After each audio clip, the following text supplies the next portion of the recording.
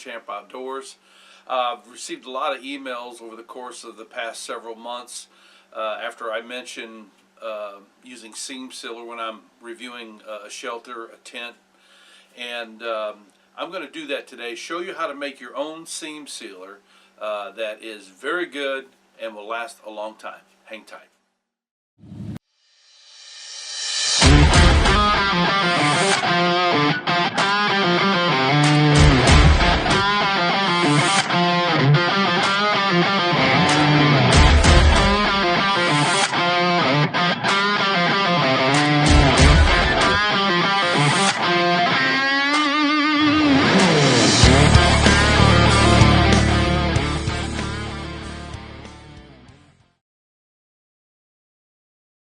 Back. It's very simple. If you have any type of shelter, especially the sil nylon types, even polyester types, you need to seam seal them to guarantee that it's not going to leak through a sew point or an attachment point, whatever it might be. And it's very easy to do, and it's not very costly either. But the first thing that I recommend is that you buy Lexel caulk. It is a highly refined caulk. It's crystal clear. It stays flexible. You know, I mean, it's just, I've used it for a lot of things, but especially for what I'm going to show you. You'll also need a little jar. You know, this is a little pint jar, and you will need some mineral spirits. You'll need a stir stick to be able to stir it up, and then when you apply it, you need to have a brush. Now this happens to be a sable brush. I use a glue brush because these are just too expensive to use, but I just wanted to show you got to have a brush.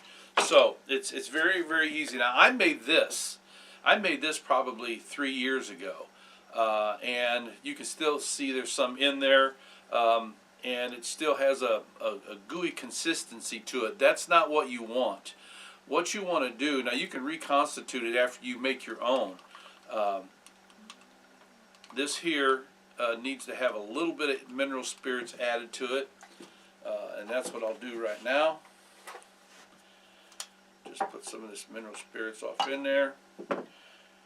Just a little tiny bit's all you need. That was probably, I don't know, ½ ounce. And the consistency you're looking for is like pancake syrup. You know, you don't want it real gooey. You don't want, definitely not mashed potato style, but you don't want it running like water either. Just keep mixing it up until, like I said, it gets about pancake syrup consistency. This here is a little old, so it's going to need a little extra love. But I'm just about right there already. See that? And what you have to do is you have to, the easiest way really, is to deploy your tent or your shelter, whatever you're using this on. Again, seams, I do it on zipper seams. Every seam where there is a thread, a needle going through that material.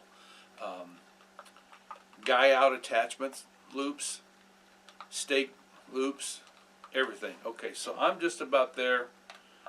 I might add just a hair more. And the idea is to paint it on. You've got your middle of your seal, and what you want to do is you want to go right down the middle of that sew point and maybe out about ½ an inch on each side. It won't hurt anything. This Lexel versus every other type of caulk I've tried to use, it dries crystal clear, and it stays pliable the whole time. I've had it on shelters for 3 and 4 years, and they are still pliable. I just took out one of my shelters, one of my hot tents. There you go. That's it right there. So you just take your brush like so, and then you just start painting it on. Right? That's all you do.